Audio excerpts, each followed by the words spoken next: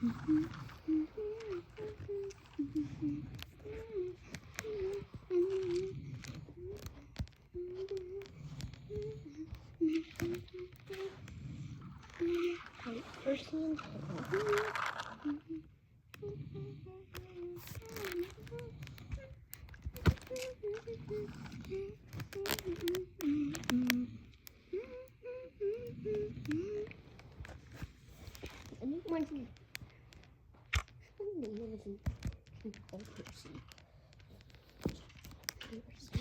and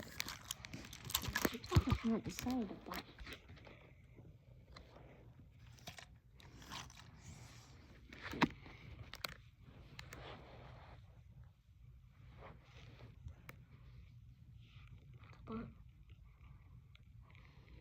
And Percy was there.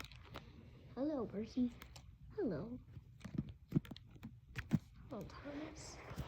Percy. Then it was a worry board. It was a helicopter named Harold. Hello.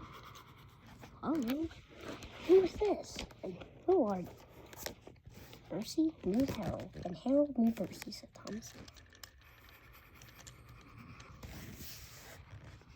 Hello. Nice to meet you.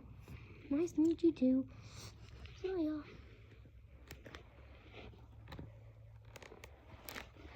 Oh. Hey, I gotta go, said Thomas. Goodbye. So I know the Hello, who are you?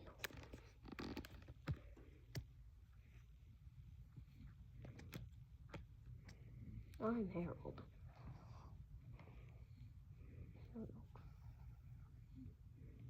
No, didn't you know? I don't know. Hey, do you wanna... You're a nice helicopter. Yeah, so am.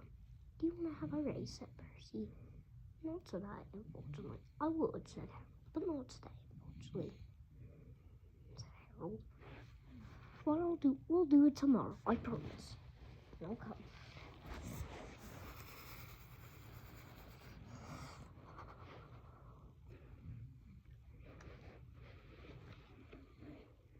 Oh well, nice helicopter though. Percy came.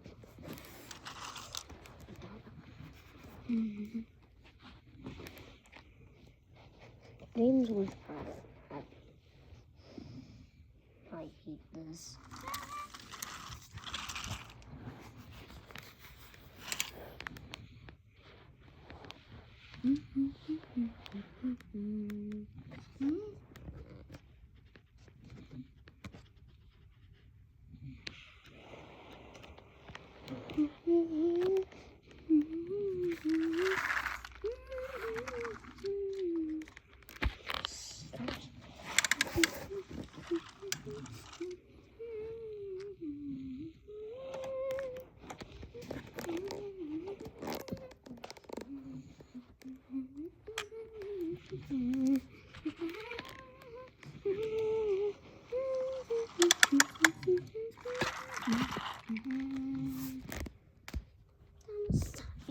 New friend, Percy, the new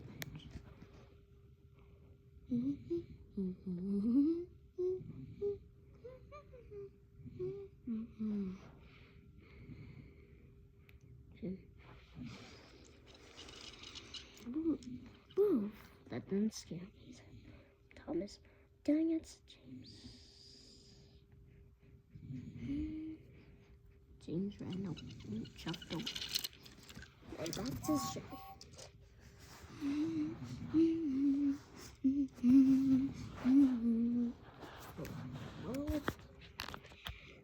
Oh, hello. Percy's now getting along with the new helicopter.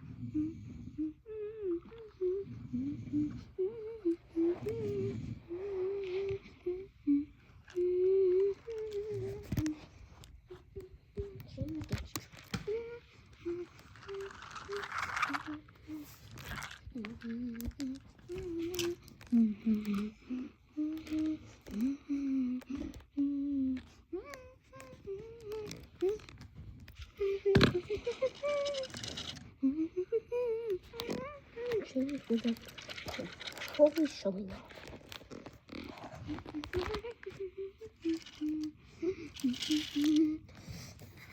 Shows off his paper. One day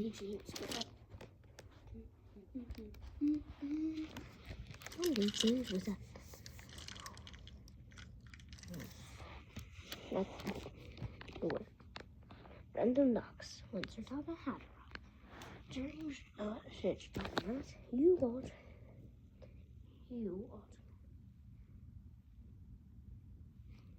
to collect some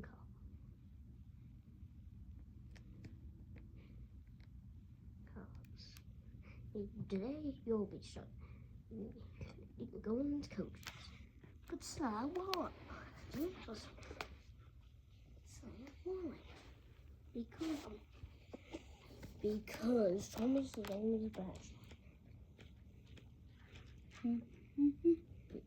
But sir, yes sir, said James.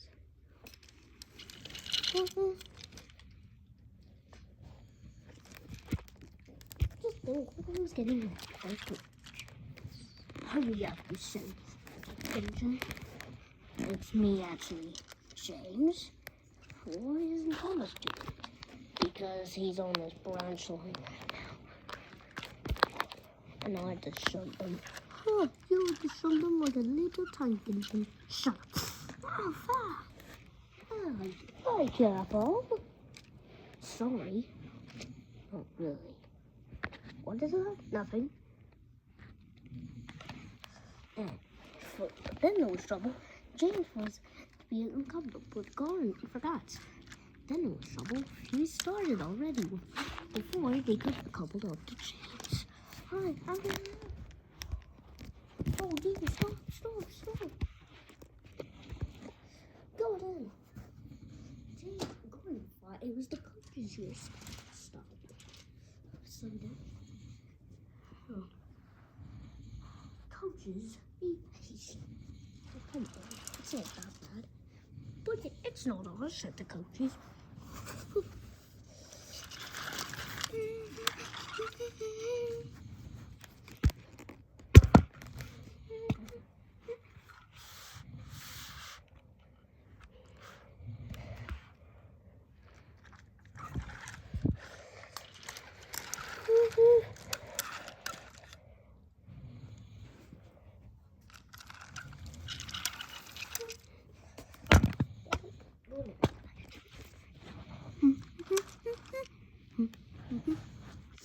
Gordon felt pleased, but when James got out, when he was uncomfortable,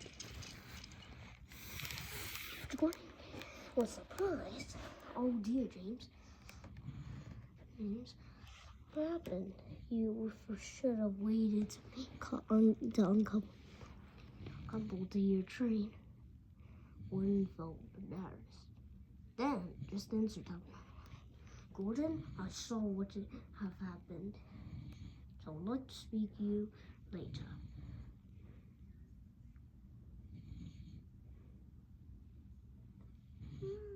I would like to speak to you tomorrow. To have a word with you tomorrow. And remember that. Gordon had to go on the side of the paper. Listen.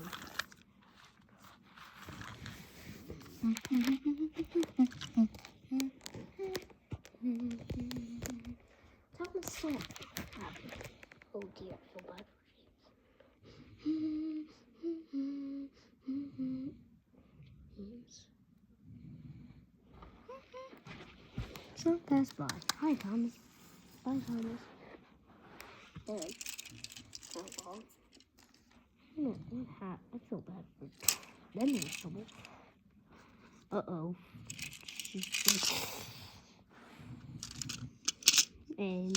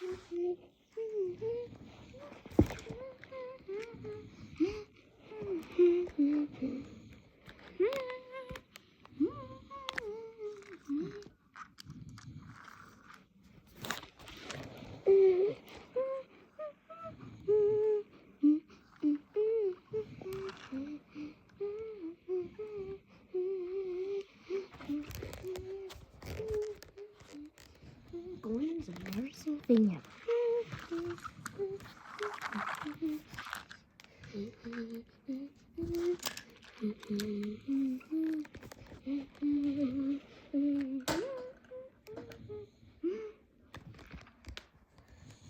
Next time, go ahead.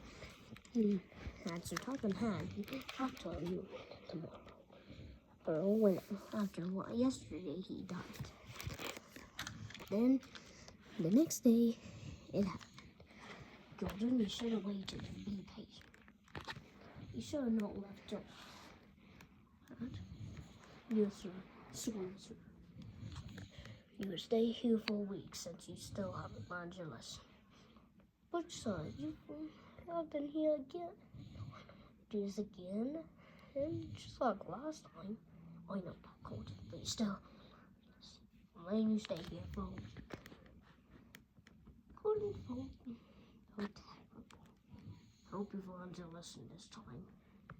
Hope you learn your lesson this time. I'll come back to you in a week. You good? But, yes, sir. Sure, sir. James will be pulling you. But, sir, that's my job. Not if you're going to be stuck in here for a week.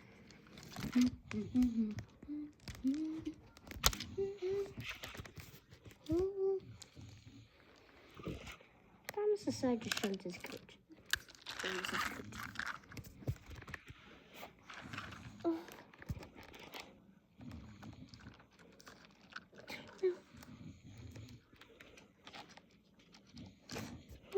See, thank you, Thomas.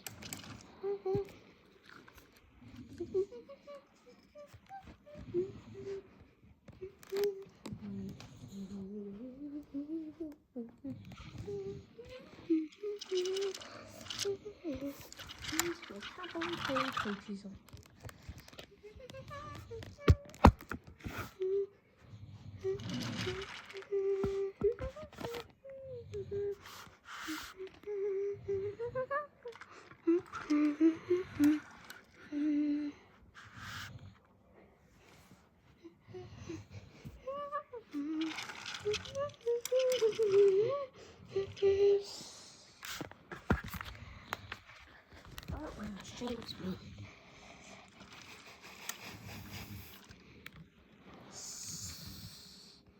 Well done, James. You have done it. But thank you, sirs. Today, I think now I'm going to keep. I think now, well, since going in now, you're gonna have to stay there. I'm making you Poly Express for a week. James was happy and excited.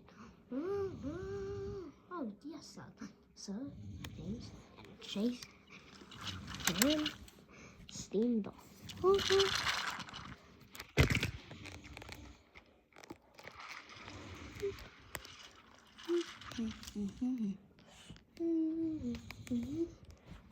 James was happy. He decided to put his coaches.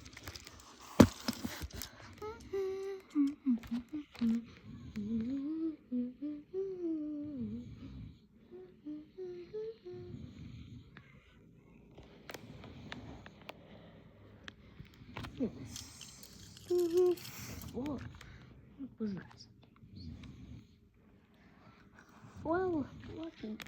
Well, at least you're happy that you get Express for a week. That's right, Thomas and James.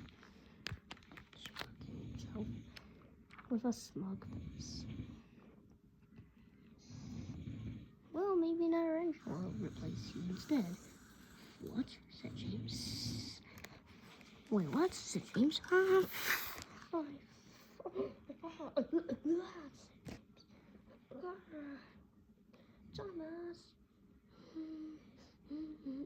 James was.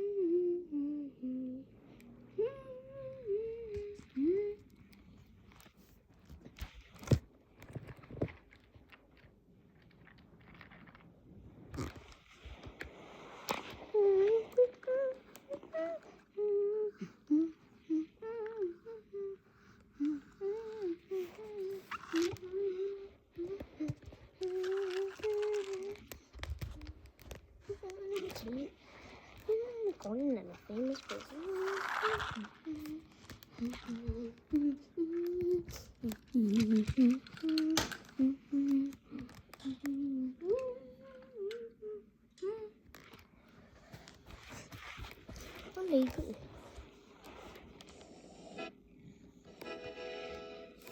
It was an important day in the yard. Everyone was busy and excited, making notes and taking photographs.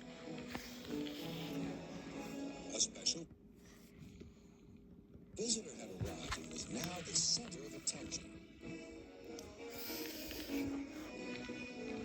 Who is that? Whispered Thomas to Duck. That, said Duck proudly, is a celebrity. A what? Asked Percy. A celebrity is a very famous engine, replied Duck. The driver says we can talk to him soon. Oh, said Thomas, he's probably too famous to even notice us. Just then, Gordon arrived. He got a deal. He got an extra. Since even though he had to stay in the shed, Sir Tuppen had at least let him go for only one day. Instead of making him stay in the shed. Said Gordon. Who One cares? A lot of fuss about nothing, if you ask me. And he steamed away. Later that night, the engines found that the visitor wasn't conceited at all. He enjoyed talking to the other engines till long after the stars came out. He left early next morning. Gordon was still complaining. Good riddance, he grumbled, chattering all night. Who is he anyway? Duck told you, replied Thomas. He's famous. As famous as me? Nonsense. He's famouser than you. He went 100 miles an hour before you were even thought of. Huh, so he says, puffed Gordon. But I didn't like his looks. He's got no dome. Never trust domeless engines. They're not respectable. I never boast, but I'd say 100 miles an hour would be easy for me. Goodbye. Duck took some freight cars to Edward's station. Hello, called Edward. That famous engine came through this morning. He whistled to me. Wasn't he kind? He's the finest engine in the world, replied Duck. Then he told Edward what Gordon had said. Take no notice, soothed Edward. He's just jealous. He thinks no engine should be famous but him. Look, he's coming now. Gordon was running very Yes, Gordon was also able to take the expense only once, unfortunately. fast. His wheels pounded the rails. He did it, I'll do it. He did it, I'll do it. Gordon's train rocketed past and was gone. He'll knock himself to bits, chuckled Duck.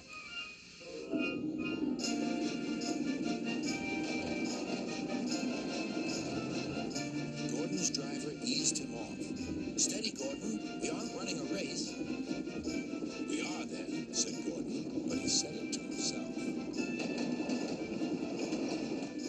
Suddenly Gordon began to feel a little strange. The top of my boiler seems funny, he thought. It feels as if something is loose. I'd better go slower. But it was too late. On the viaduct, they met the wind. It was a teasing wind which blew suddenly in hard puffs. Gordon thought it wanted to push him off the bridge. No, you don't, he said firmly. But the wind had other ideas. It curled round his boiler, crept under his loose dome, and lifted it off and away into the valley below. Gordon was most uncomfortable. The cold wind was whistling through the hole where his dome should be, and he felt silly without it.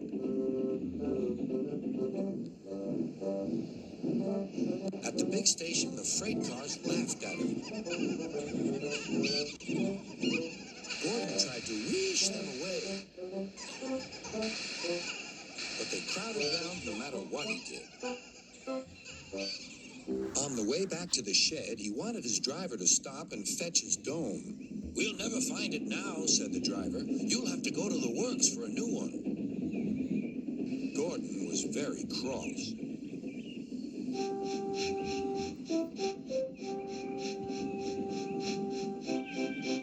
I hope the shed is empty tonight, he huffed to himself.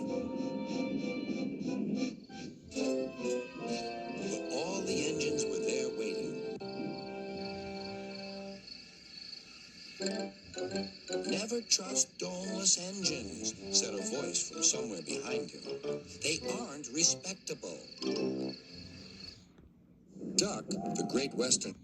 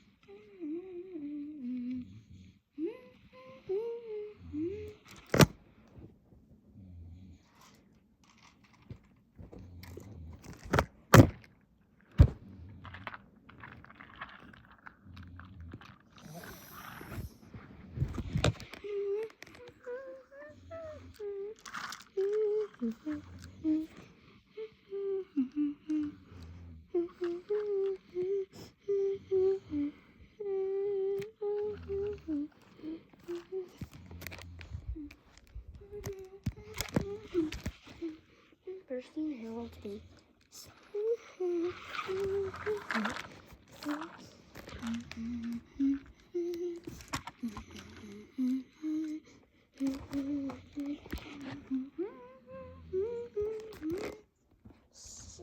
Harold did one is Percy. Harold did make some promise, but he actually pushed back. He thought he would do it tomorrow, but he wasn't. He was pushed back from the earth. But luckily, now they were done. There's them, Percy. There you go, Percy. Now ready to have a race? You betcha, my boy, said Percy.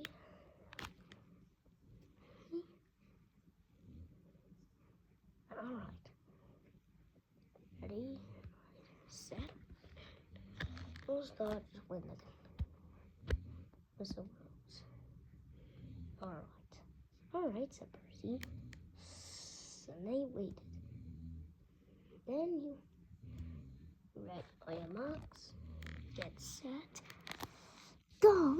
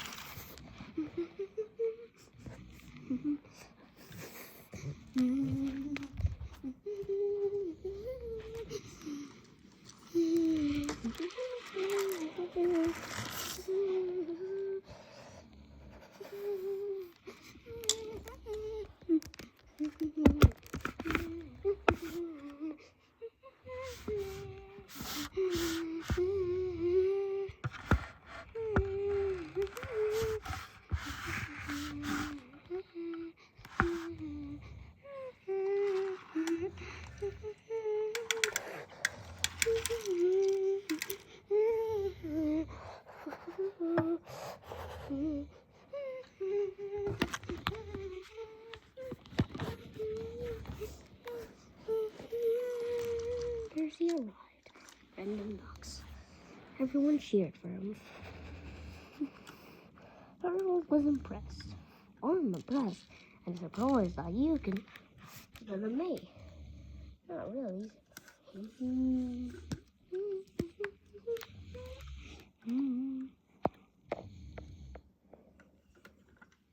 Well done. You won.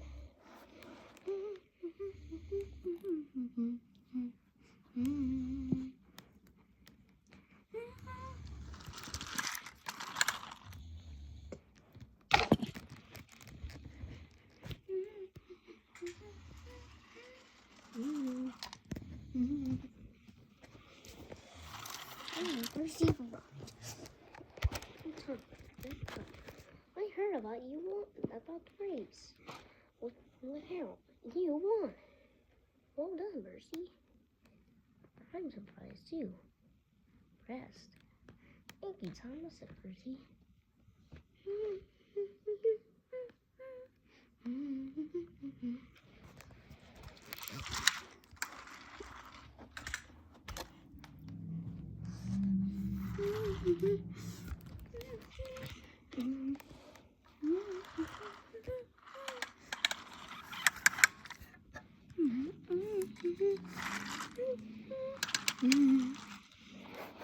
What is your next?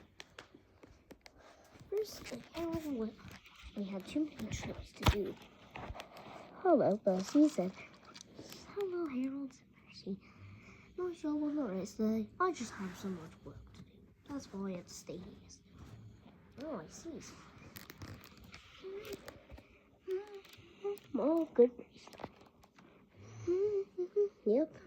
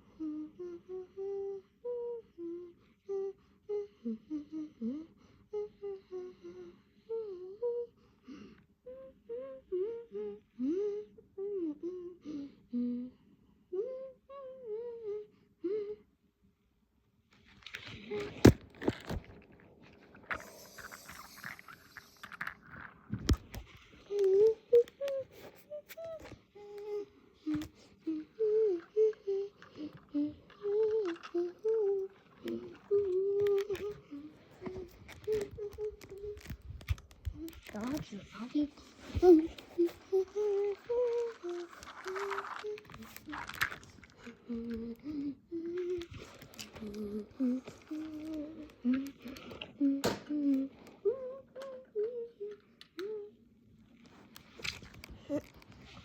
Dodge with naughty Diesel.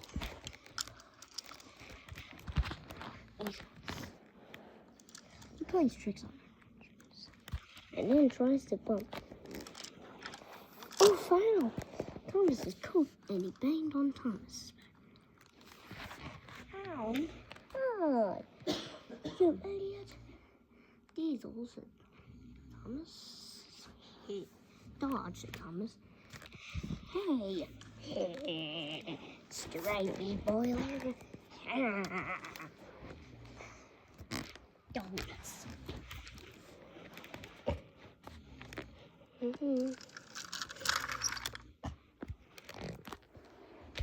Nothing was wrong with that.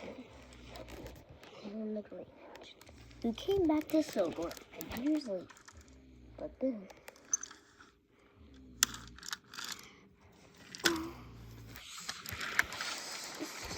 hey, said Ron. Said Ron. Ron was also team. Thomas, Tron, and Ron were all team. These are likes playing on the mall.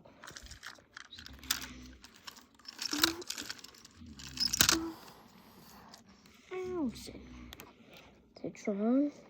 Blue. Orange.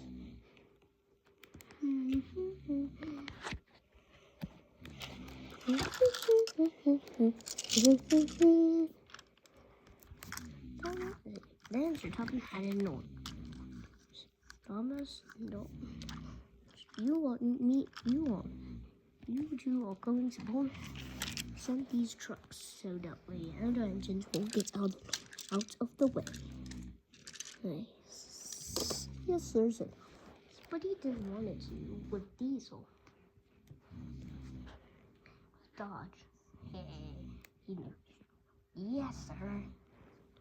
Thomas tried his best.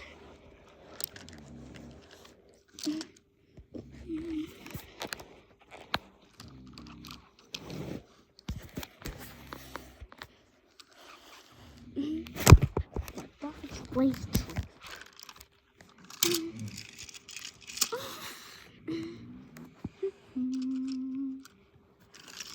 You silly engine. Well, you should walk us there like Han. You must have known.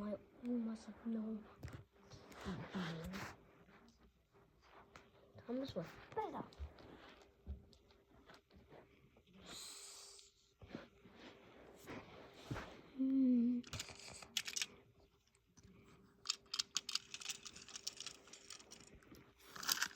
Wow, stop it. Then there was trouble. James was there. James derailed by trucks. What the? Said James. What happened?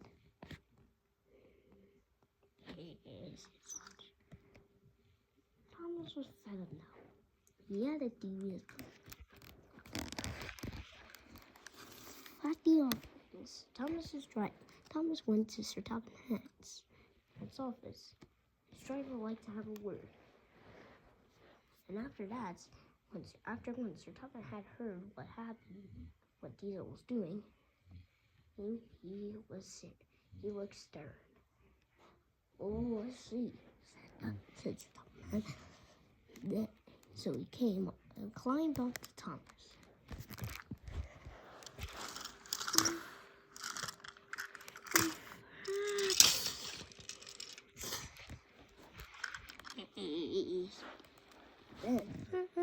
Where have you been? Said Dodge. Then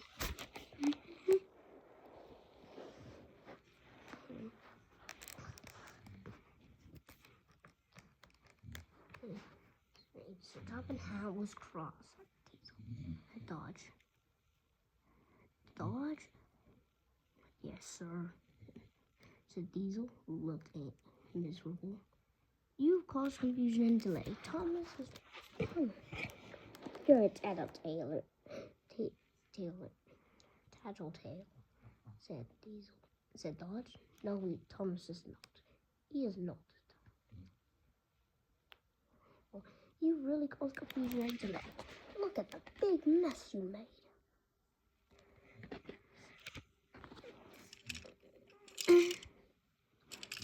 Ooh, and you even some James. My shiny red paintwork, said James. Now I will not avoid you back anymore. Thomas, I hope you're fine. I'll have trouble with you instead. I shall not avoid you back, Dodge. Dodge said Sir Topham Hatt for you.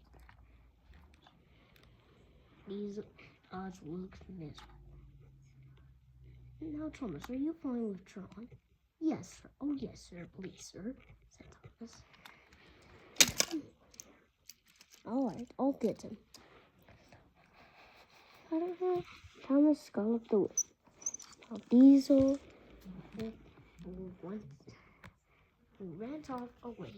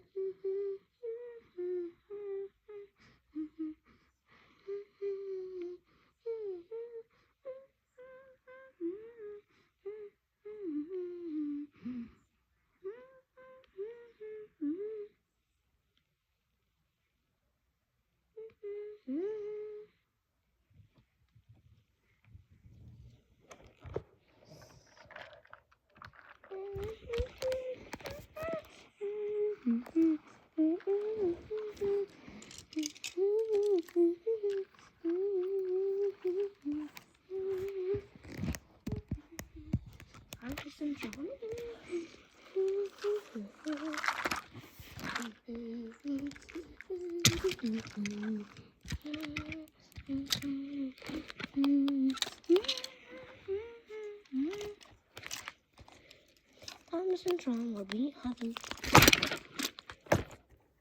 They were friends. Thomas and Tron would take pictures, and especially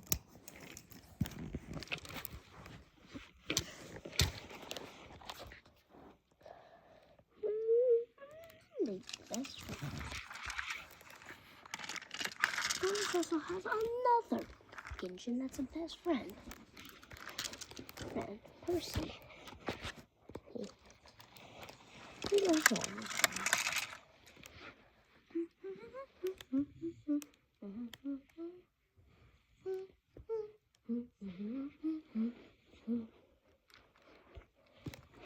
Something obvious, and then something important and awful. So, the top of your head, see them.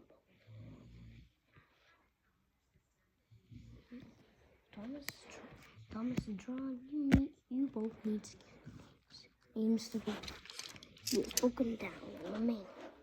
Yes, sir, said. Yes, sir. Yes, sir, said Thomas and John. So they were coupled to the cars and went away.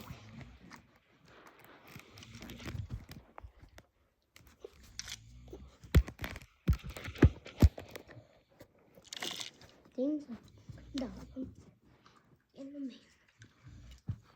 Well, evidently James had broken down. James was cross.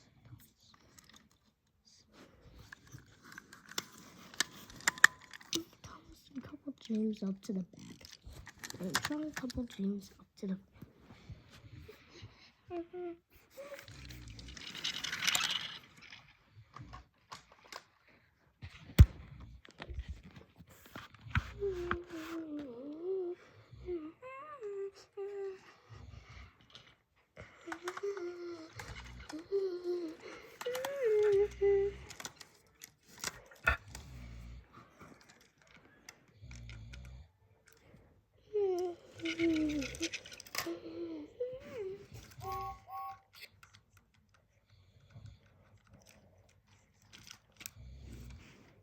got him to.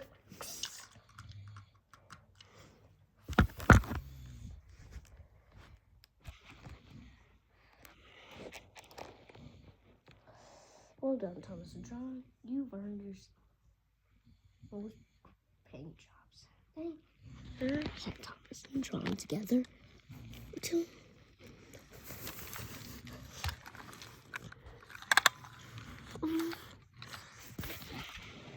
done a great job. Well, what I do.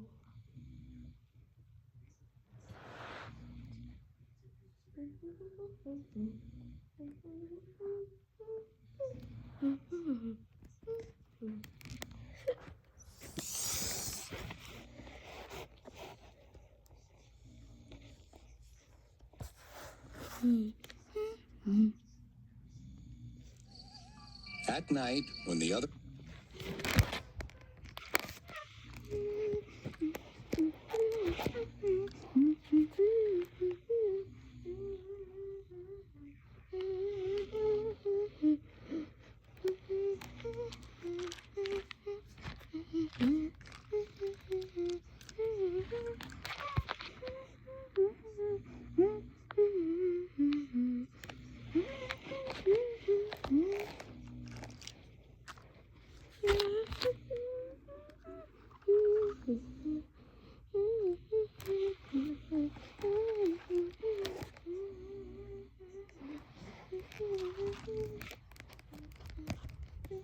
How is Percy in the mail?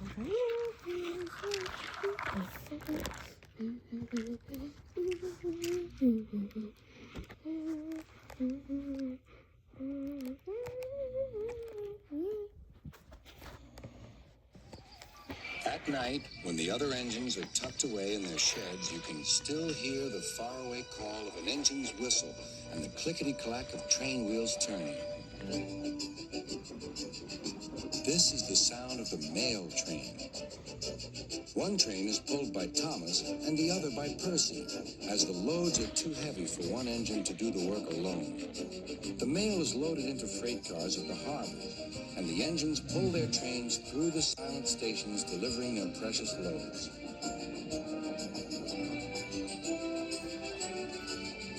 On a clear night, a big shiny moon brightens their journey, but often Thomas and Percy can't even see the stars. But whatever the weather, lamps along the track always light their way.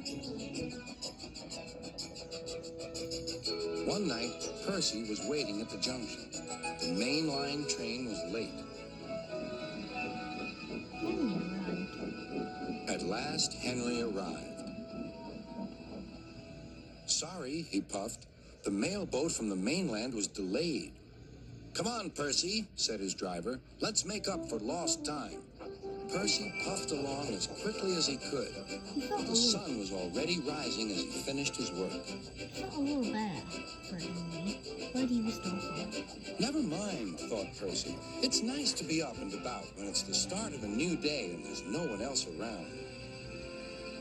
Percy was not alone for long.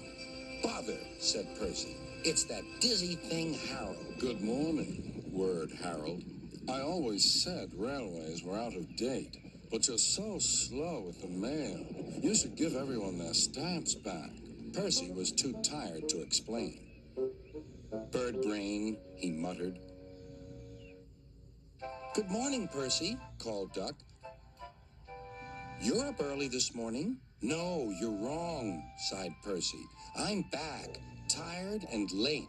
He rolled into the shed and fell asleep almost before his buffers touched the bar. His driver decided to set off early that evening. Thomas was waiting at the station. Thank goodness I have a chance to speak to you. Driver says that the person in charge of the mail has complained to Sir Topham Hatt about the delay last night. But that wasn't my fault, replied Percy. I know, said Thomas, and so does Sir Topham Hatt. But this mail person wouldn't listen. Tonight we'll just have to be quicker than ever before. The engines were just leaving when they heard a familiar buzzing. I say, you two, there's news flying about. Where? Puffed Percy crossly. All over the place. They're going to scrap the mail train and use me instead. Wings work wonders, you know. Always. Rubbish, huffed Thomas. That night, everything ran like clockwork. Thomas and Percy steamed through the stations, making good time everywhere they went.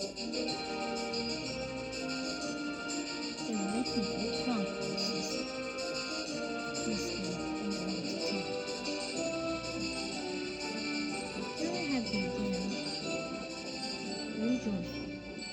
At a station, Thomas noticed a man looking cold and worried. He had missed his train home. We can give you a ride, said Thomas's driver, but it will be rather uncomfortable. Thank you, said the man. Anything's better than sitting here.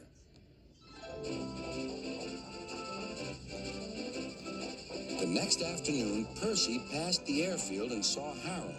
Hello, Lazy Wings. Are you too tired to fly today? The wind's too strong, grumbled Harold. I've been grounded.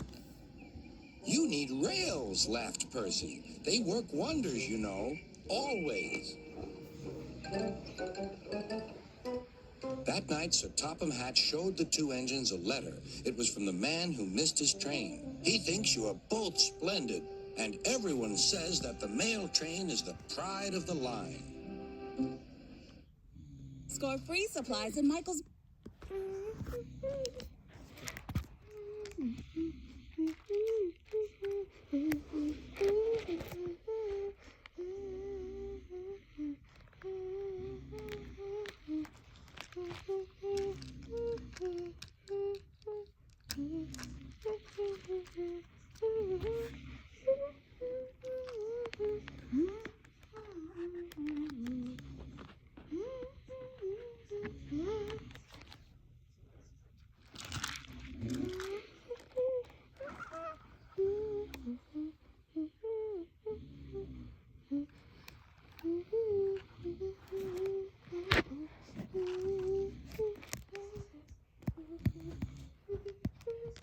Toby the Train.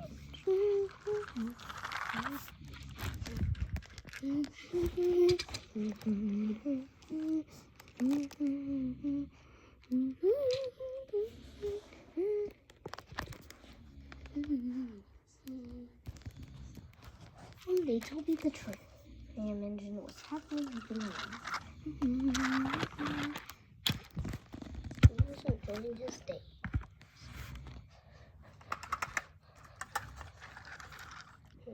Engine's thing, he didn't find it. This guy's a little unusual. Not a little unusual, but he's still. But they still really, but that doesn't mean that can't be really useful.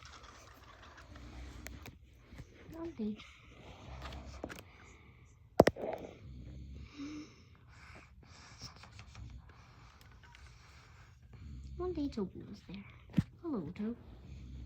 Hello, Toby, said Percy. Hello, Percy. Toby. And Sir Toby had Toby, I would like to give you me and my grandchildren a ride. And their ride is going to be in you. Oh, thank you, sir. How splendid. I wanted it. Good, that's a good image. Don't be late. Toby excited. He smiled.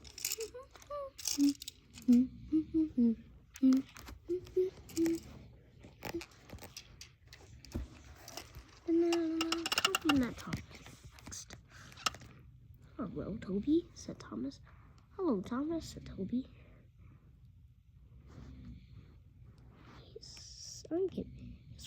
I'm giving Sir Toby and his grandchildren a special ride today. And Sir Toby wanted me to. Thomas was happy for his friend Toby. Well, that's great, said Thomas. I know, said Toby. See ya. Anyways, I don't want to be late. Toby shuffled away.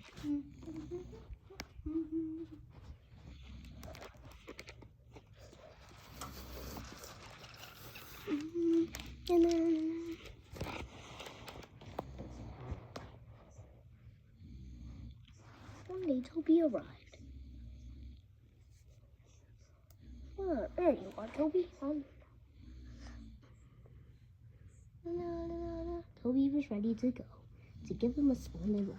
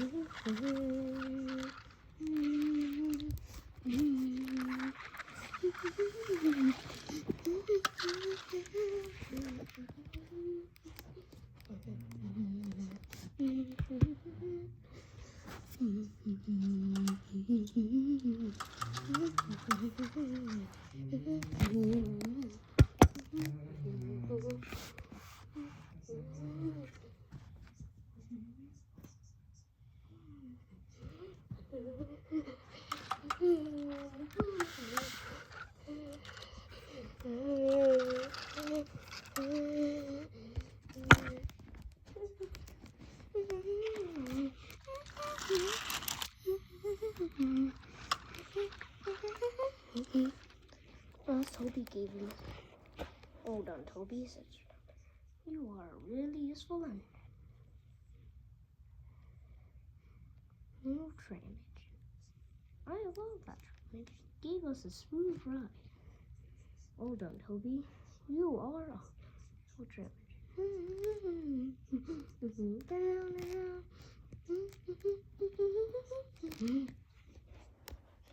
Let's see, King.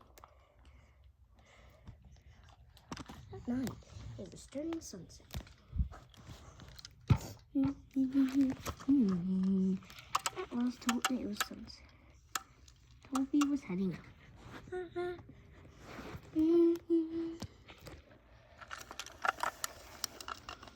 Said Toby. What a great day. And Toby falls asleep. What a great day today, said his driver. Yep. Yeah. Hey, I think it was the best day I ever had.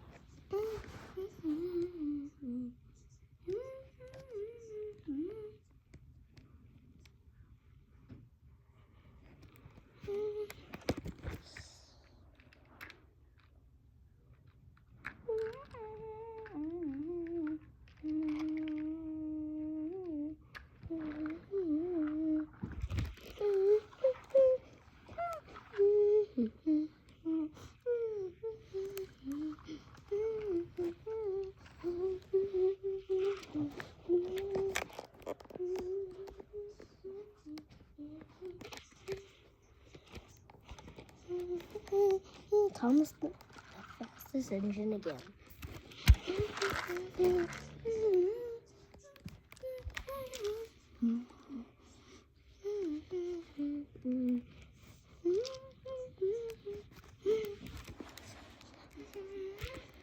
Okay, one soda.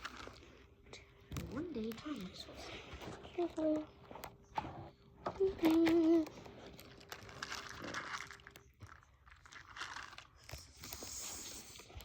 I like. When I came then, he was able to go one last time. To go one last time. He was only able to run around though. To go around instead of and not to work. Because he was still not able to. I'd like to go fast one day sometimes. Oh, yeah, but I'm the fastest engine. Say Jordan. You'll see me and be surprised. This. Oh, said Gordon. Thomas jumped away. Then shut up and hide.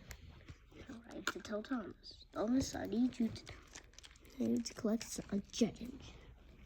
Yes, sir, said Thomas, and shoved away.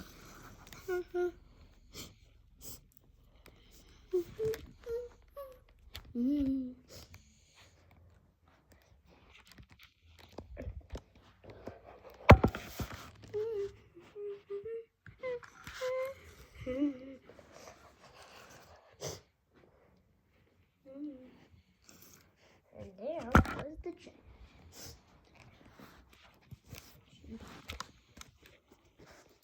I believe this is on.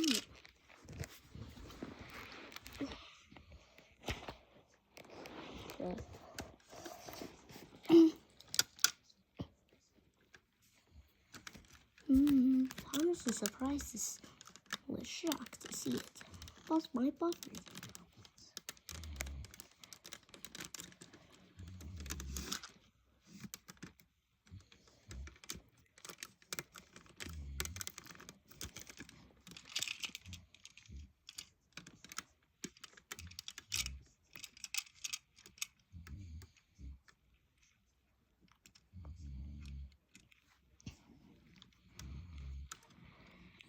Oh, please, Thomas. I want to be fast, but I don't want to rush too much. I should take my time.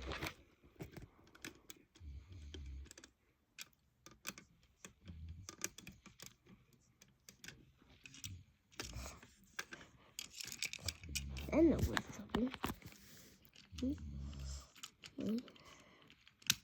Bernie swung his arm around when suddenly.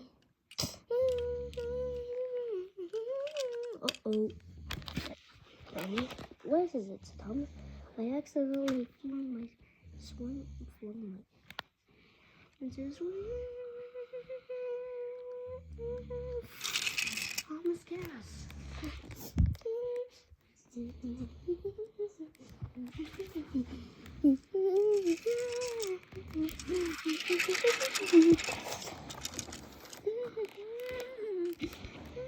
Then Thomas is there to surprise Gordon. Oh, wow. And then, Gordon asked, what was that? Said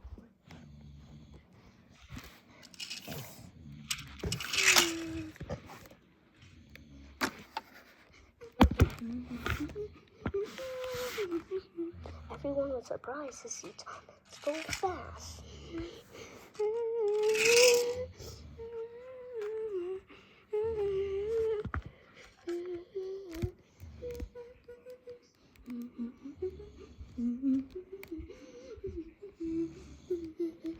But then there was a sighting where Thomas said, I need to get the murder going.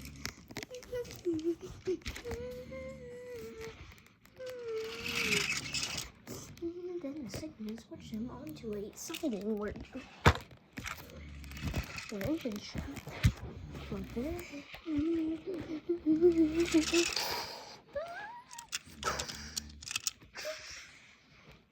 The engine ran out of gas.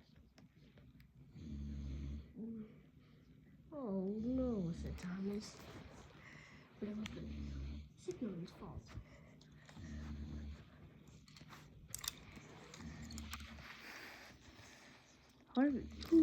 Harvey came to the rescue.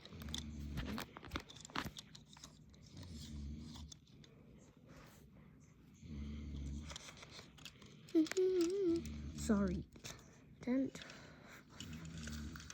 Sorry, sir. It's Thomas. No, it's your fault, Thomas. The thing is the woman. Sorry.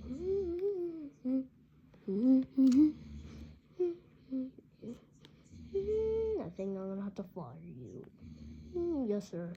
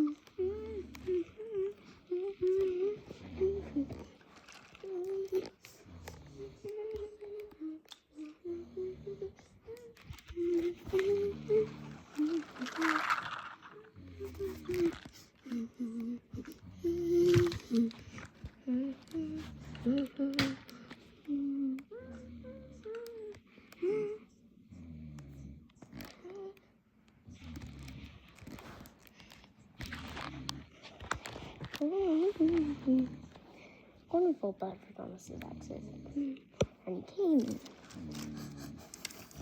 You were faster than me, Tom, said Bill. I get it. But I don't think I want to go fast anymore. Said Thomas. Then Harvey was coming. With a dead jet engine. Unfortunately, Harvey didn't.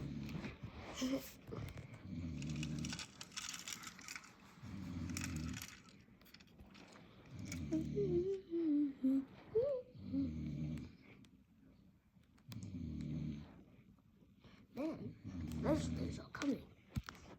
People are disgusting.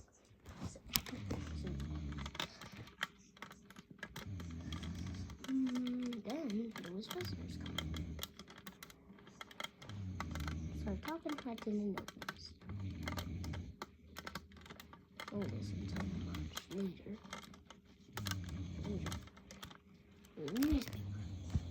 He tells Thomas and Gordon, Thomas, you will go. There's two new people. They're coming to Sodor. They're special. Oh, they're from England. Thomas was excited. That's London, said Tom. How do you know, said Gordon. He was surprised. I know that. I don't know. In there. Oh, said Gordon. Collect them, Thomas. They're at the docks. Yes, sir. Right away, sir.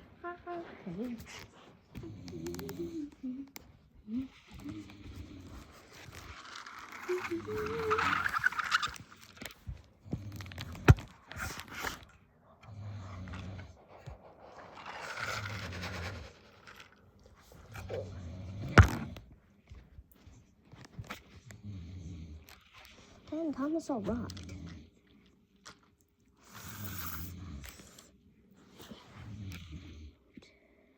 Hello, said Thomas. Thomas was surprised. It was a human and a dog. They were the ones. Hello, said the passenger. I'm Wallace, and this is my dog, Gromit. Thomas was shocked. Hello, said Thomas. I've never seen talking. I have seen things, but not in real life. But I also never seen talking trains. This is my Gromit. He's my assistant. Well, come in. I'll show you your new home. Whoa, come on, Gromit. They got in. And Thomas chucked away. The visitors from Britain were from England, British, from London. They were Wallace and Gromit.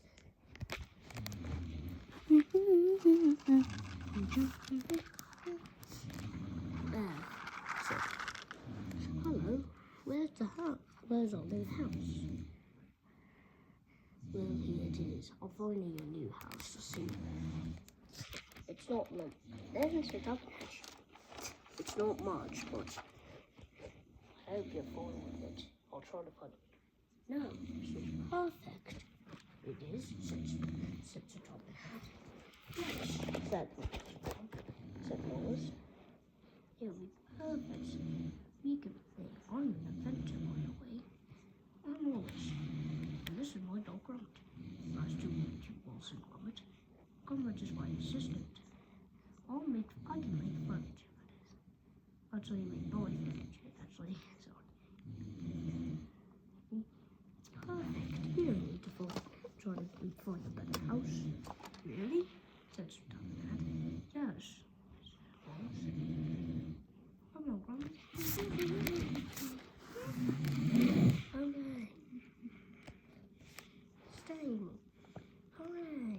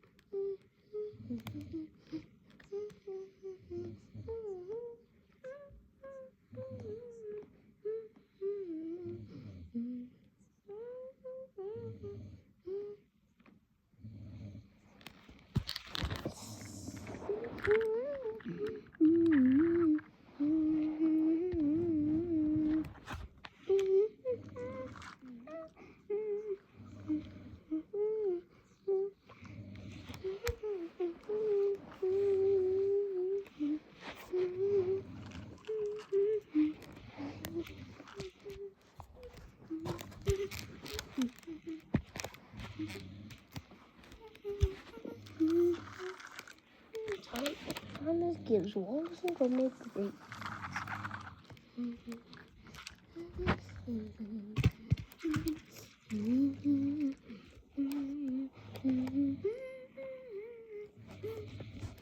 The new people who Wallace and Gromit. It's coming to some door to be there. A week later.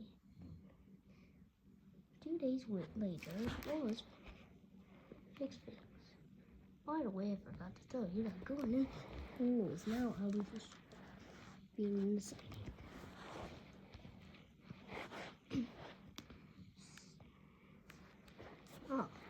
Wallace and Gromit made furniture for 2 days, and they were done with it already. Well, there we go. My back. So he can rest on this couch. No, just like how much. No. Oh, would look a great ride actually to have it with us. Thomas was so excited. Sir Tuppence had already told him that he was going to get him a ride. Hooray! Thank you, sir. Thomas. No problem. Sir Tuppence. Make them feel like. Yes. Then Wallace and Gromit came. Oh, I've never seen this before. I have seen an engine, but not a talking train. I've seen trains, but not talking trains. And with faces that can talk. Yes, don't mind about that. I'll give you the greatest ride. Great ride. All right, come on, Robert.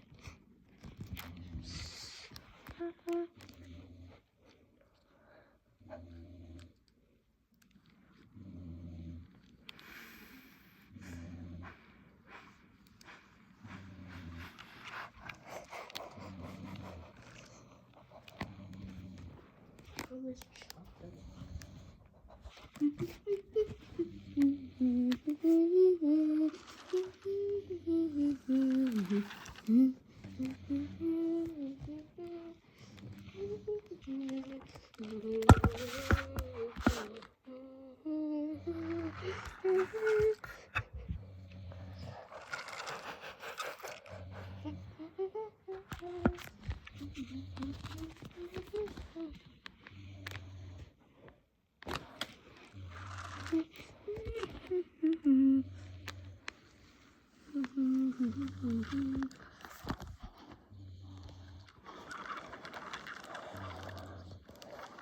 Oh, great ride.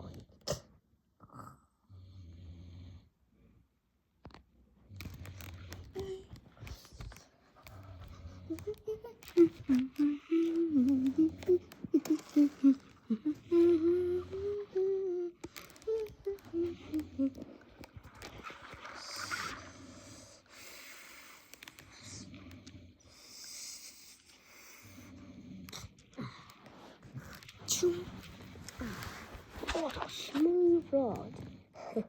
So let's get over here. Oh, I've been to sit up there. You want to stay? Well, not forever. Maybe. Oh, you do? Oh, okay, lad. Well done, Thomas. You've done a great job. Right. Oh, I love this rail.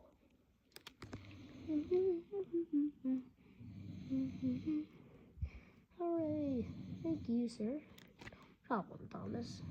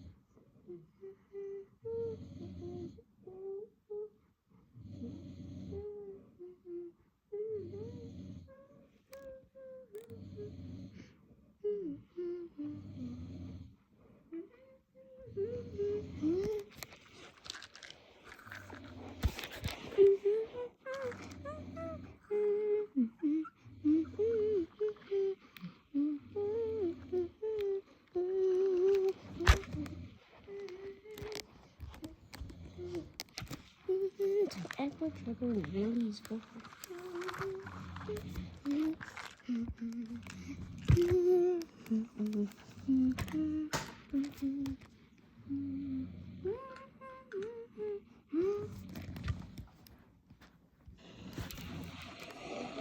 Trevor the traction engine is old-fashioned, but he doesn't care.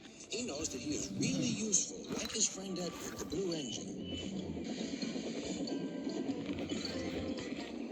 Early one morning, Trevor was chuffing about the vicarage orchard. He had important news for Edward. The vicar says that not all children are able to have holidays by the sea, so he's having a garden party to raise money for a seaside trip.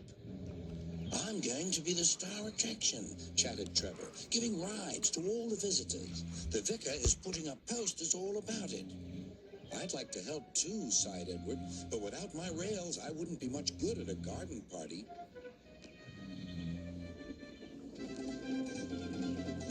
It was a beautiful day, but Edward was worried. I wish there was something I could do for the party, he said. I'd like to be helpful, like Trevor. Edward's driver laughed. You're helpful in your own way, and that's on the railway.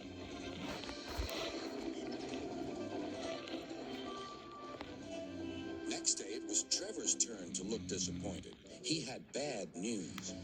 The vicar's been so busy that he forgot to put up the posters. Now no one will know about the party. But Edward had an idea. Don't worry, he said. Everything is going to be all right. Then he explained to his driver. The vicar can paste his posters on my cab and coaches, so wherever I go, they'll go too. Well done, Edward, said his driver. I'm sure Sir Topham Hatt will agree. As indeed he did. Edward steamed happily through the stations collecting his passengers. Look, they said, the vicar is holding a party. We must go to that. Later, Trevor was resting in the orchard shed when Bertie rolled by. Hello, Trevor. Why are you dozing there like an old stick in the mud? I'm not dozing. I'm resting, replied Trevor. Then he told Bertie about the vicar's party. I'll be there too, boasted Bertie. I'm not sure people will want to ride on an old traction engine after traveling in a smart red bus like me. The party day arrived. It had rained heavily during the night, and the orchard ground was soaked. Rain and mud won't spoil my day, said Trevor. No, indeed, agreed his driver. We'll stay on the road, then we won't get bogged down.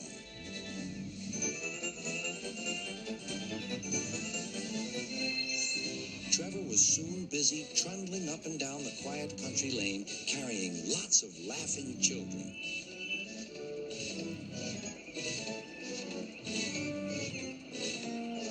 He was just turning a corner when he heard Bertie. Hello, old-timer. I'm taking everyone to the party. People have come from all over the island. Trevor gave Bertie a cheerful whistle and turned back toward the orchard. Then there was trouble. Help, I'm stuck, shouted Bertie. His wheels had sunk deep in the orchard mud. Terence the tractor arrived just in time. I'm the one who has to plow fields, laughed Terence. We'd better get you out of here. Using strong ropes, Terence and Trevor pulled Bertie clear of the mud. This will teach Bertie a thing or two, Trevor chuckled to himself. At last, Bertie was on the road again. Thank you, Trevor. You're not a stick in the mud at all. No, smiled Trevor, but you were, just for a little while. That evening, the vicar arrived to see Edward and his driver. Thanks to your good idea about the posters, hundreds of people paid to come to the party. We've raised lots of money for the children. Edward was very pleased, and Trevor fell happily asleep, thinking of all the children who would now get to the seaside at last.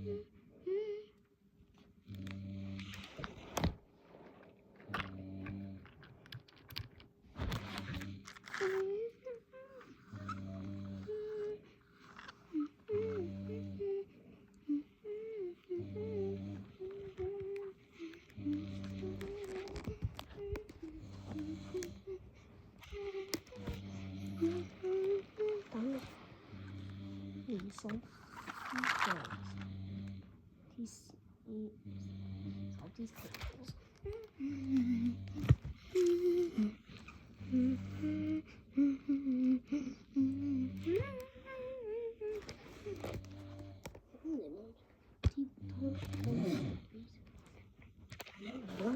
Two done. Make Cranky annoyed. But Bernie was also annoyed by Cranky. It was a stormy day. Hey, on that ship, the ship was the engines got stuck. Hey, it went over the dockside.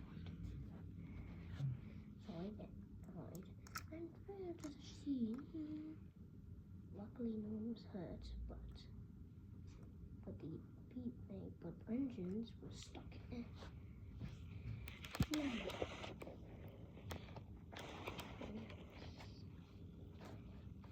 Cranky was it's my ear. Luckily, no one was hurt. Except my ears.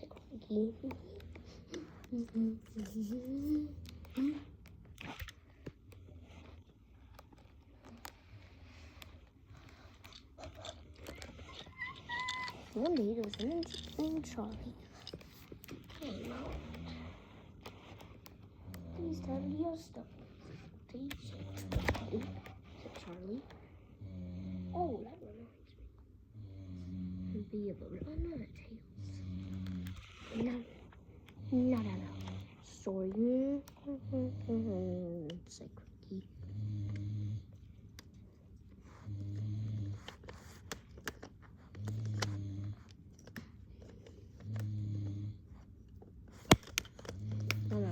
Story.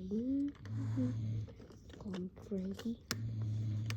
Hey, wouldn't know tanking. Here the breeze. Diesel was. I also tried out the tank again called Thomas. I swear he was scared.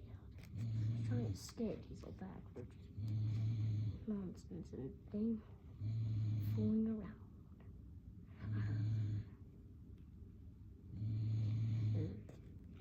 And then I helped it, taught it to scare Diesel and dodge, and it works. Looks salty. Ooh, said Charlie. But he was tired and annoyed by salty stories. I can't take it anymore. There's a cranky.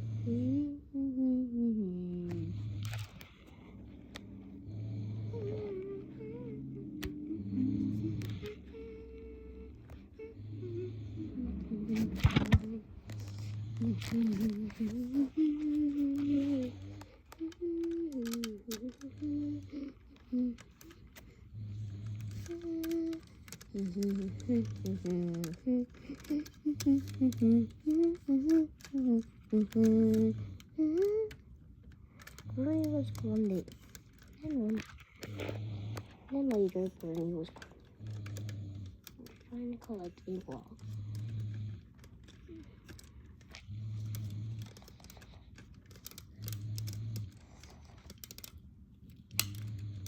Uh-oh.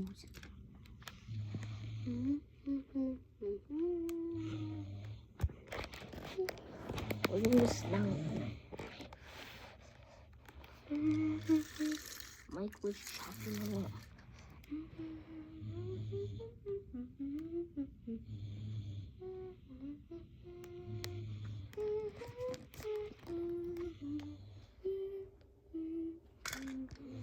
Well, it couldn't be any better. Salty.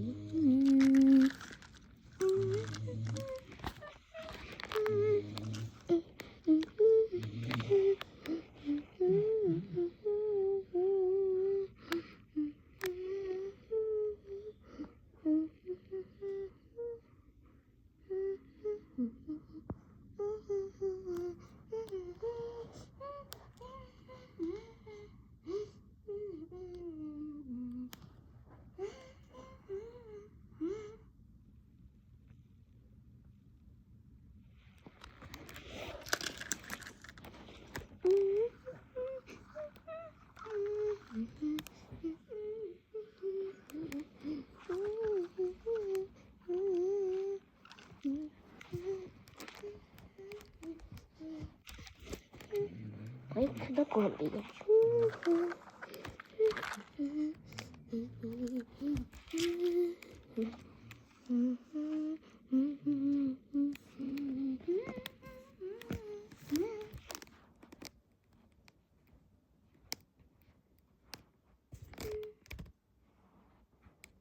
One day there was an engine called Mike.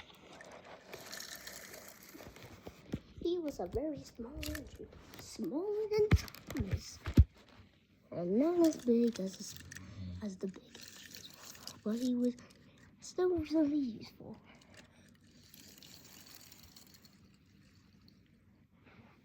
One day he met Thomas.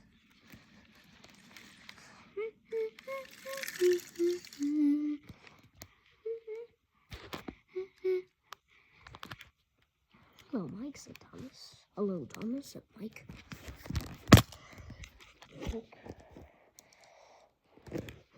A wonderful day. Me too, said Thomas. Just then, you're going to be late. Yes, we have 10 minutes left, said Mike's driver. Oh no, I better hurry. No time to talk. See ya.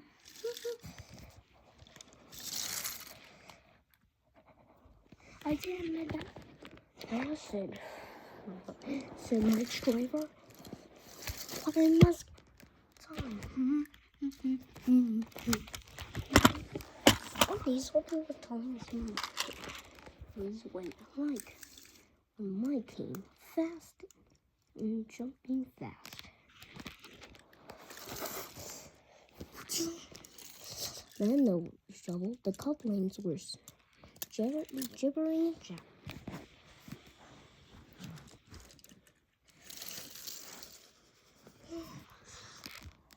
Watch it, said. Slow down. But he didn't. And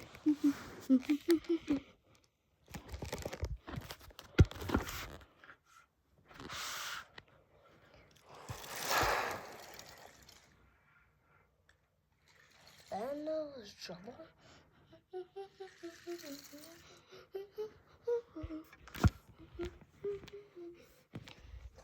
Slow down, said Tom. Mike raced past and didn't.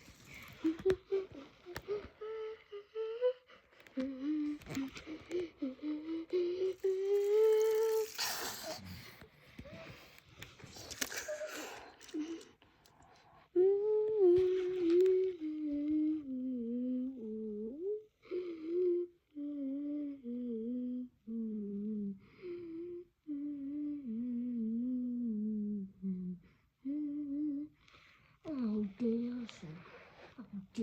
dear. Sir Toppingham was there. He was very Thomas arrived. Oh dear, said Thomas. He was very. Sir Toppingham was very cold. Mike, your driver did manage fast, but not that fast. I hope you learned your lesson now. Yes, Lord. So sorry, sir. Wait. All right.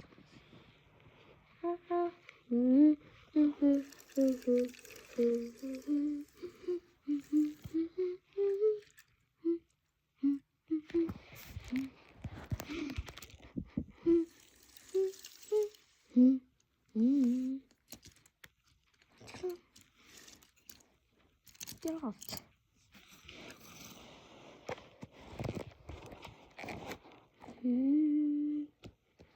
That was so Toby. Oh, Rose. Oh, I felt bad for Mike. But that was funny. Yeah, no, that's funny.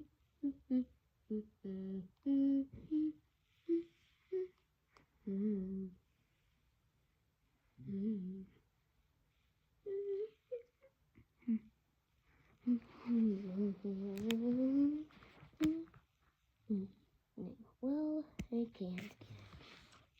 Can it?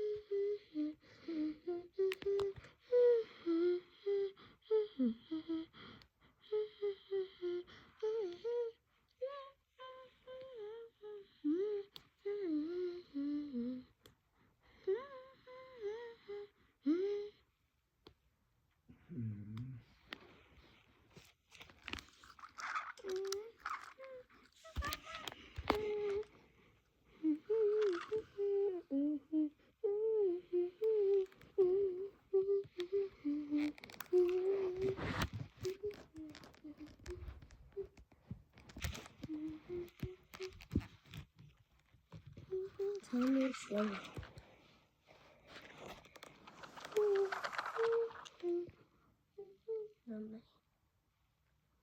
The miserable.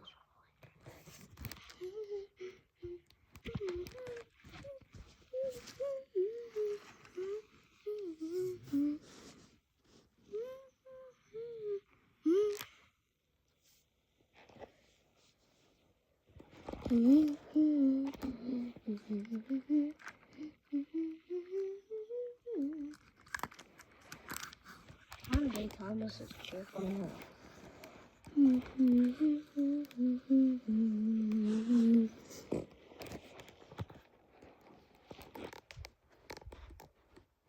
Thomas is able to have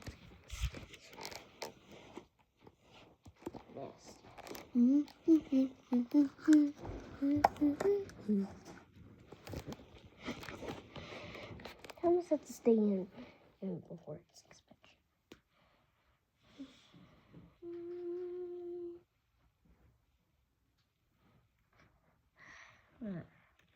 Alright, Thomas.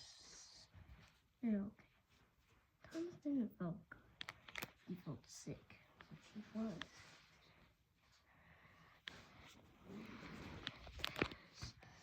Oh well, okay. Since Nazi couldn't. No. So then, Ron, the engine came. He had to take over Thomas's job. Oh well, I'm fine. Oh well, I'm fine. Wow.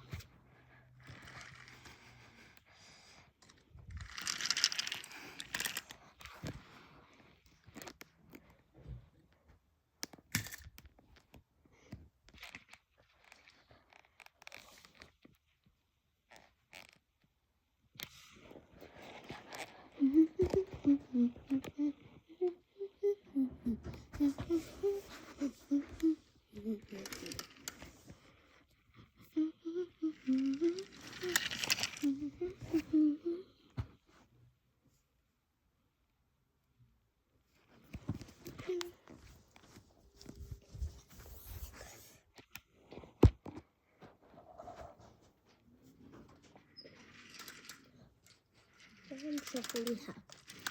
Definitely happily.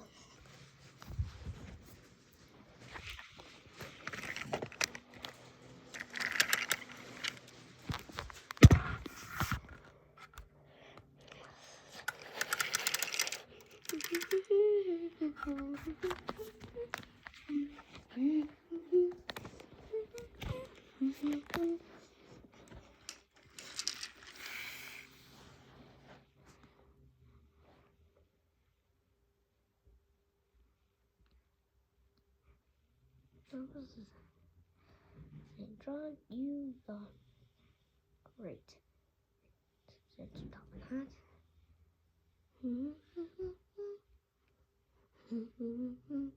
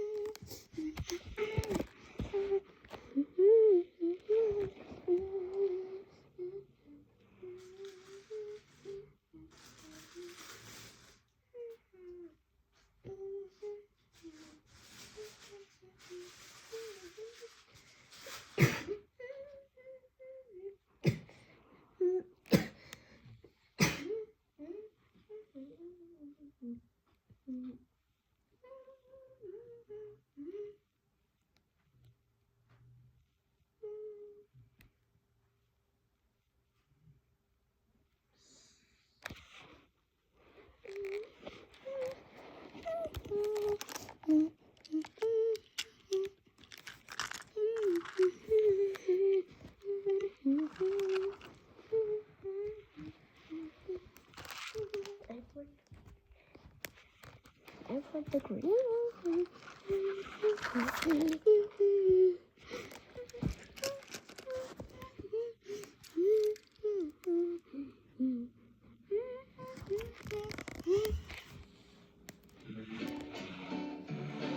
Edward is the same color as Thomas, and the same size as James.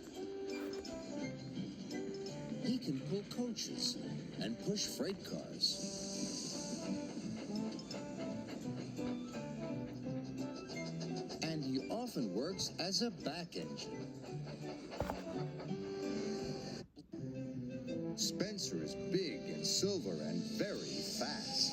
Have beaten. Sir Topham Hatt's engines were very cross. Spencer's just a big silver show-off, sniffed Gordon, and everyone agreed. Sir Topham Hatt spoke to the engines. Spencer will take the Duke and Duchess to their summer house. Another engine will take their furniture. Sir Topham Hatt's engine saw the chance for a race. Please, sir, said Thomas, Percy, Gordon, and James all together. May I go? You all have other work to do, Gordon. Spencer has a bigger boiler, said Thomas, but that just means more hot air. Spencer set off, and quickly the freight was heavy, and he felt very tired.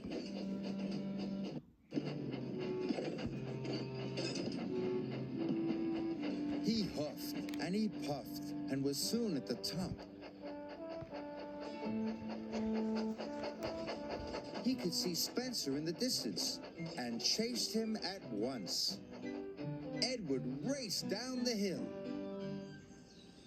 Spencer stopped at Wellsworth Station. The Duke and Duchess wanted to buy some tea and cakes from the refreshment lady. Edward teetered into view. Hurry, old boy, laughed Spencer. Can't have you finishing too far behind me. Edward wished he could have a rest too, but the station master and the porters had heard about the race. Hooray for Edward! They cheered.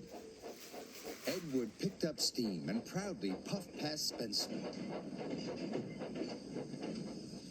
But then the Duke and Duchess finished their tea, and Spencer was off in a flash. He roared past Edward.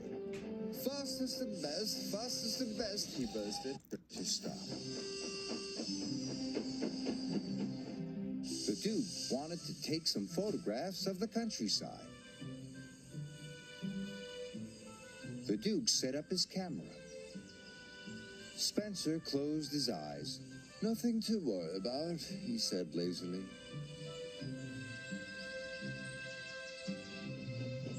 Gordon was returning to Brendam Docks. He passed Spencer and knew Edward must be losing the race. Edward is a waste of steam, he sniffed.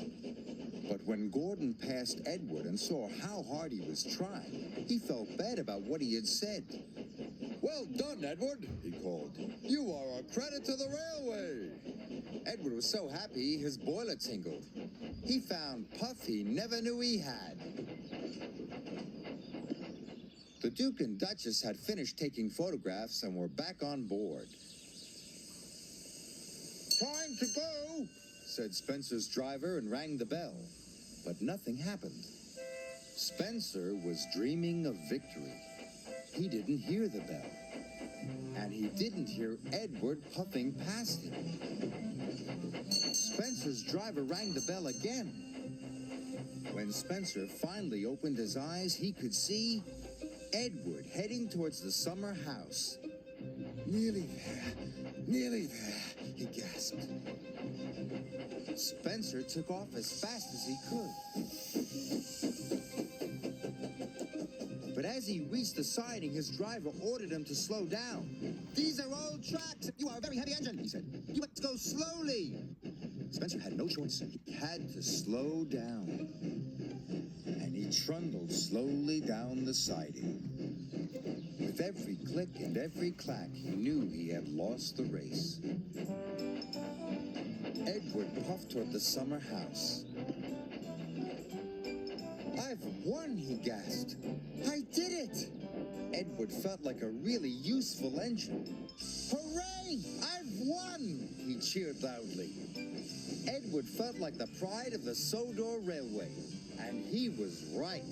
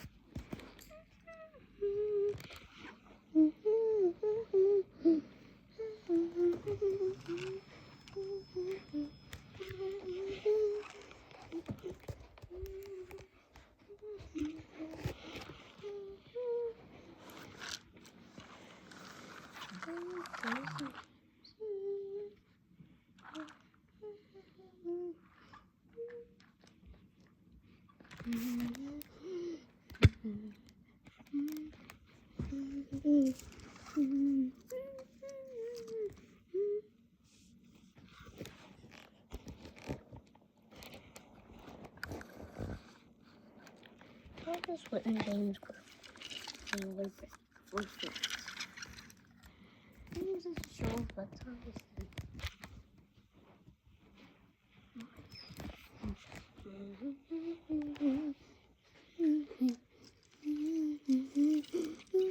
They enjoyed her. Look at that.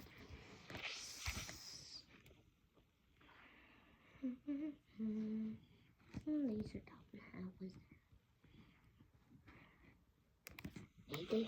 One day Thomas sent James's coaches. It's his turn.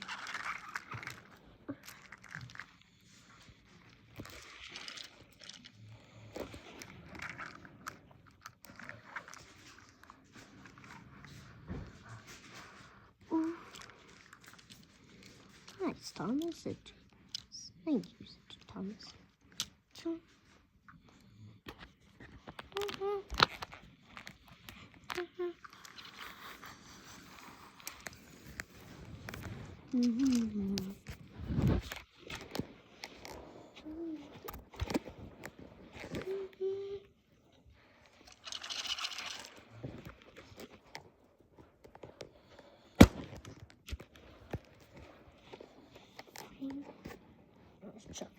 Leo would be expressed.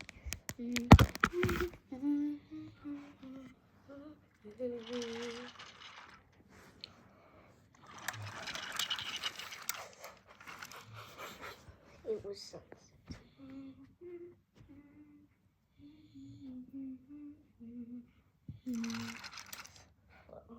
It was sunset.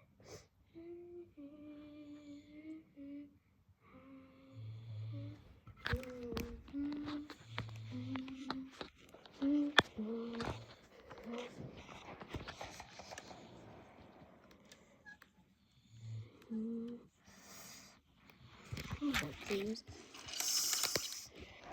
Hello, James. Well done, said Ron again. Thank you, said Percy. Hello, said Percy. Said James. But Percy wished it back, but even more.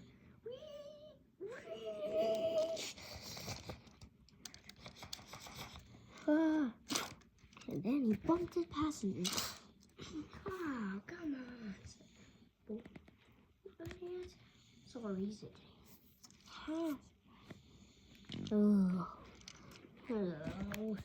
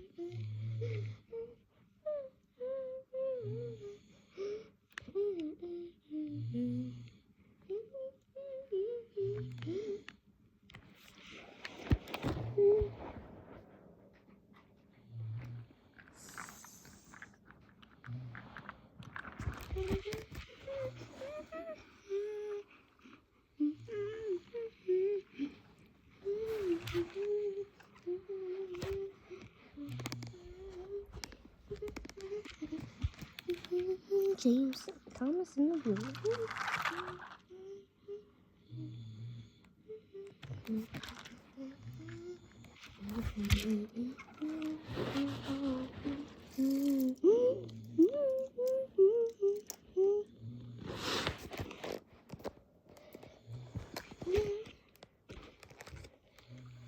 Thomas was pink.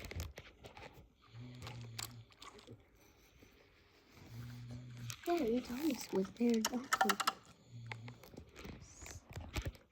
And Toby. Hello, Johnny. About the rumors. A rhino. A bull. Said Toby. Oh no, I don't like that. They always catch us. That's not funny, is it? Oh well. Goodbye.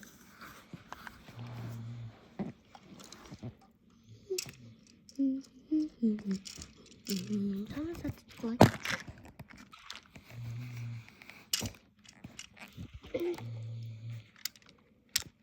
Hey, you wanna ride the Bluebirds, Thomas?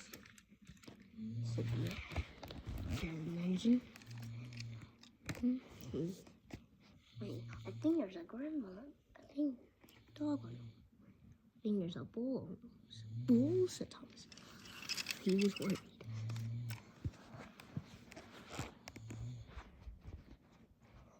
Thomas chopped and chopped all the way. He would get scared.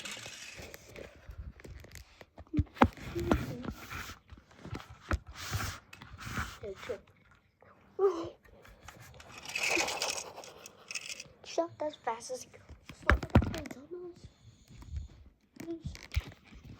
Thomas first.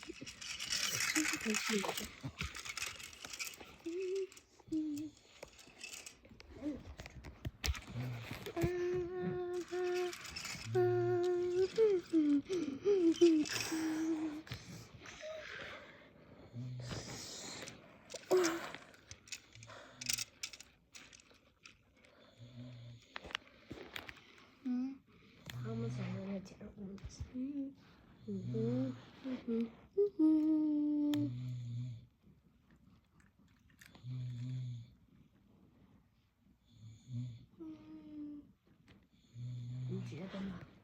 Thomas.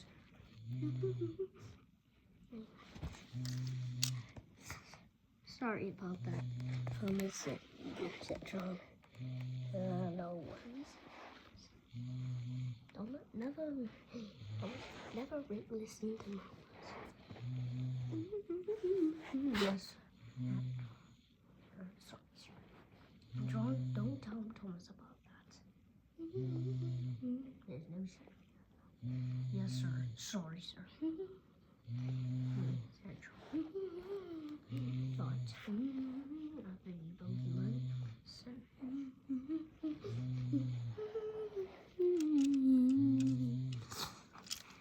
Fold him up.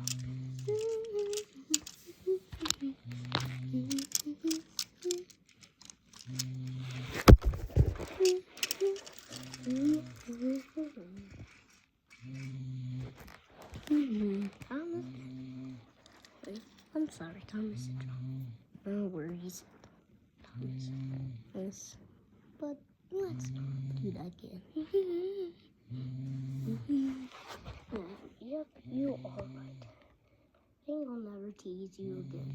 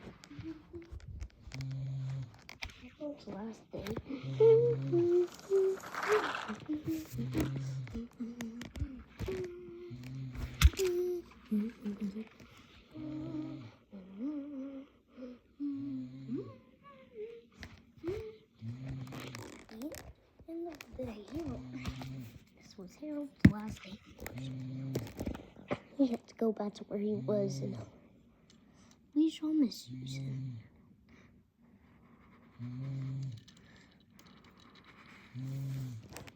Don't worry, son. I'll be back. Be back soon. Well, this is your last day.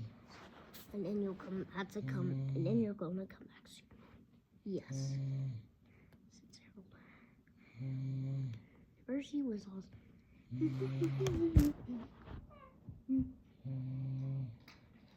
Percy was upset. What's the matter, Percy? Says Driver. I'm gonna miss Harold, though. Don't worry, said He'll be back soon. You won't be back soon. Yeah, but it's gonna be long. It's gonna be 8 months. It's whole months. That's long. Well, don't worry. He'll be back soon. You'll get to meet him again. He won't be gone. You're right, said Striper.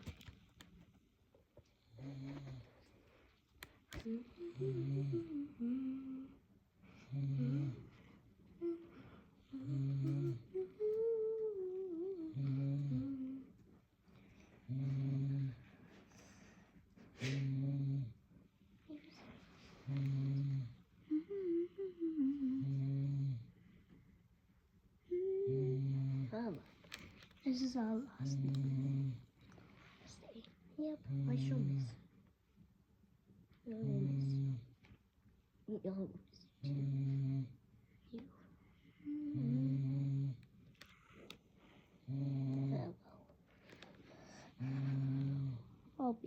I'm gonna leave tomorrow, but I'll be back any. Yep, see you soon. Bye. Then, Harold was going to leave in a minute.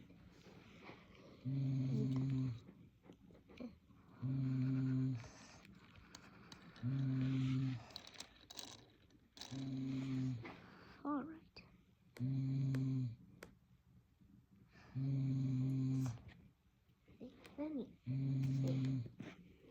Unfortunately, the Harold from Harvey was gonna come. We're gonna get the stuff to be at the docks, but unfortunately broke down. Can you do it? Sure, sir. And thank you. I would like to do my last one more job on my last day. Please.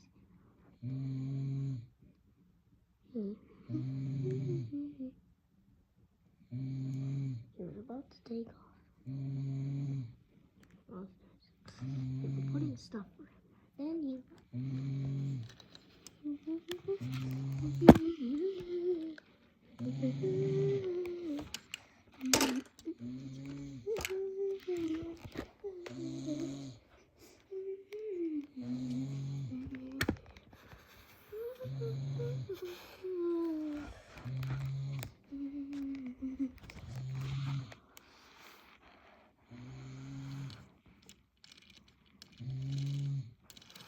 Alright, it's right on time. There you go. Thank you, too.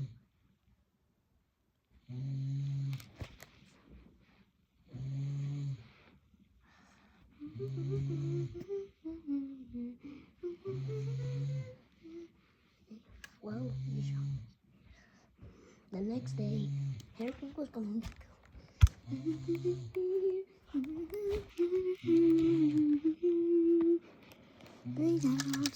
Bye. No. I'll be back soon. I'll see everyone. Bye.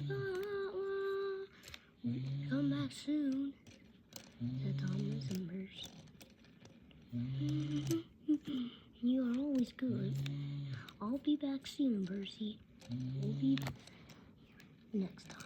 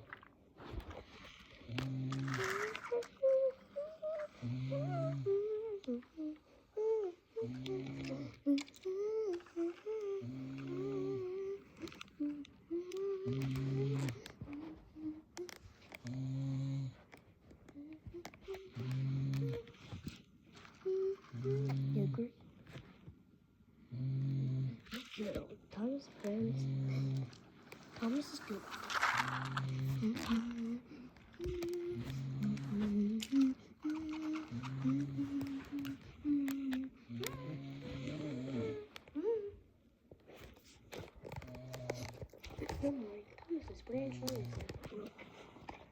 would have to wait 5 months until it's repaired. Here.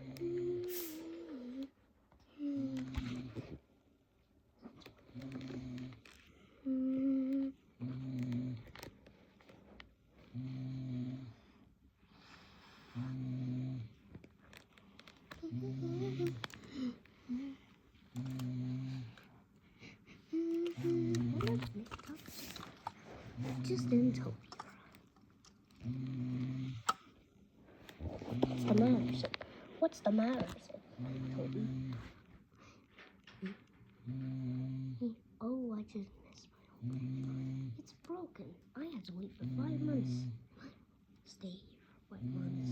Miss it. Toby felt bad. Cheer him up. Just like when he cheered Toby up. Like when Thomas cheered him up, then he wanted to cheer him up.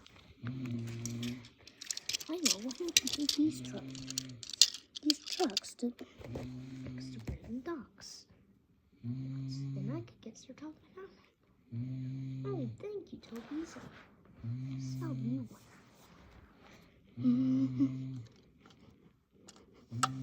Toby switched sides with Thomas.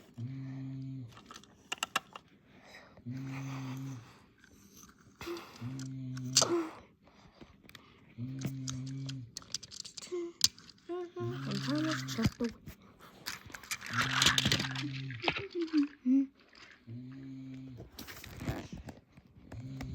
Who was that? What is Toby supposed to be?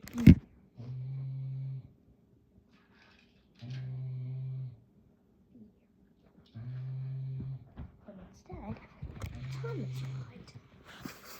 He'll be here soon. But then Thomas arrived instead of Toby. Thomas, what are you doing? Where's James? Yes. James said I could. Toby said I could take these supplies to Brandon Docks. Anything else I could do? No, not really.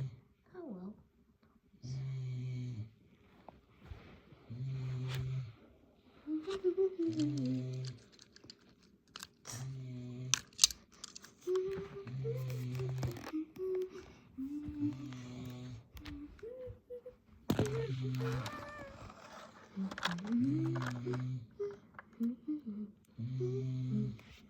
What is there? Feel like this relaxing by the view. But then. Oh no! Wow!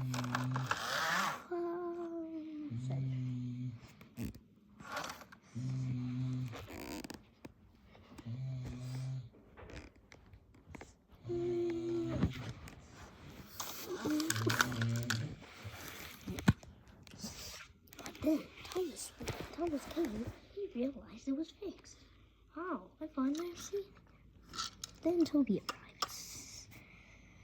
Oh, my time. I thought it was 5 minutes. No. Stop now. Oh, I blame. I would be crossing Thomas, but I forgot I keep blaming. So I felt sorry about it. See, you spoiled the surprise. So what surprise, Thomas? You'll see. This sits your top hat.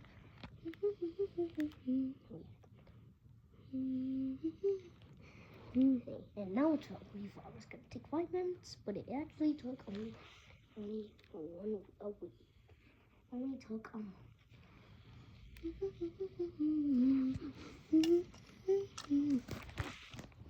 Thomas was cheerfully now able to.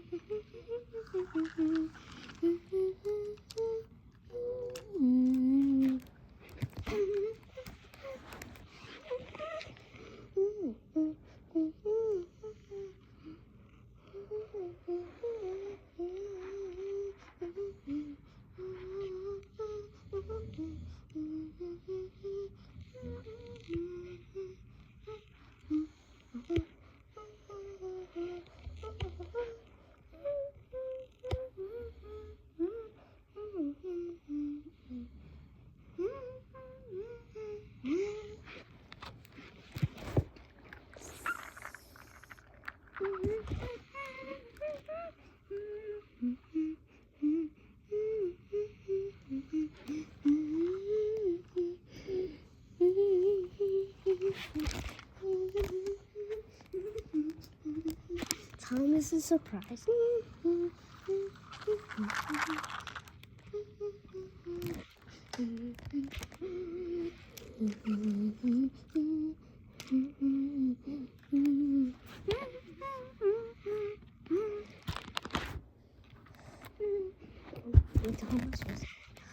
Unfortunately, Thomas broke down. After we were so excited and happy, eventually it's already fixed. He unfortunately, he crashed and broke down. The engines are no bad for Thomas. Oh, I don't like it sometimes. All the engines, I feel bad for Thomas. Seems, Percy. Where are you, Percy? Right here. Mission surprise.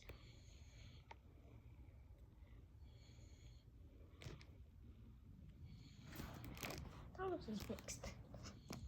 But then Thomas is fixed. There you go.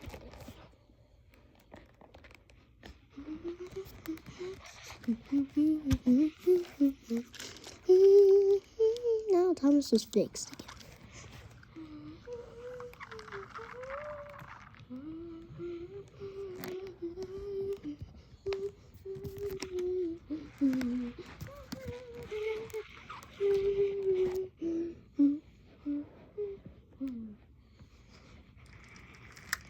Good morning. Good morning, Jeff. Good morning, Thomas. Mama. Yes, the light. Yeah, I'm fine again. And I'm always at work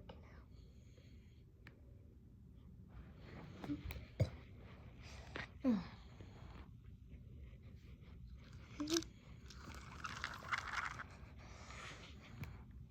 But then, it was springtime on Silk.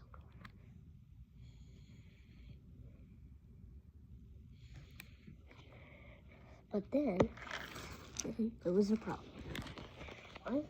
Sorry, Thomas, I would catch my train, but unfortunately, I couldn't go because it's too dangerous for me for some reason. I don't want to disappear. Thomas is sort of fried of cheer at least. But he had nothing. And then, hey, come back here. Your body ain't. Oh, hey, I have to use my bike now. I hate it. I need to get to work. Hey,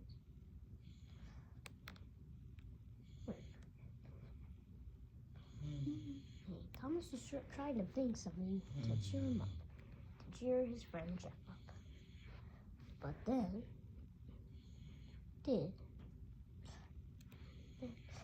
wait, come back, said Thomas. But it was too late. Oh no, said Thomas. Now there'll be trouble. And no was. Oh dear, said Thomas. Unfortunately, it caused confusion. I'm so sorry, Jeff. Thomas was upset, about to cry. Don't worry, it's not your fault, Thomas. But now I have to get my legs. My mother still can't. No, I hate it.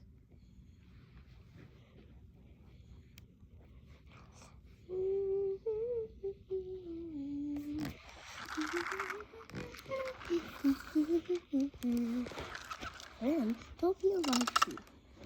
What are we all doing?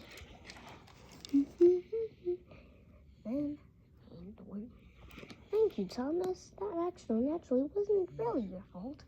Now, the lady may be on the train now. Thank you.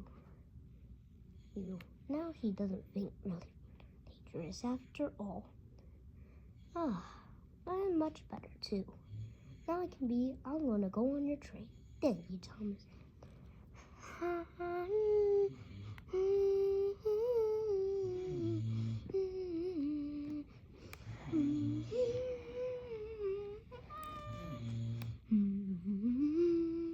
So I did help, not Thomas, but by accident.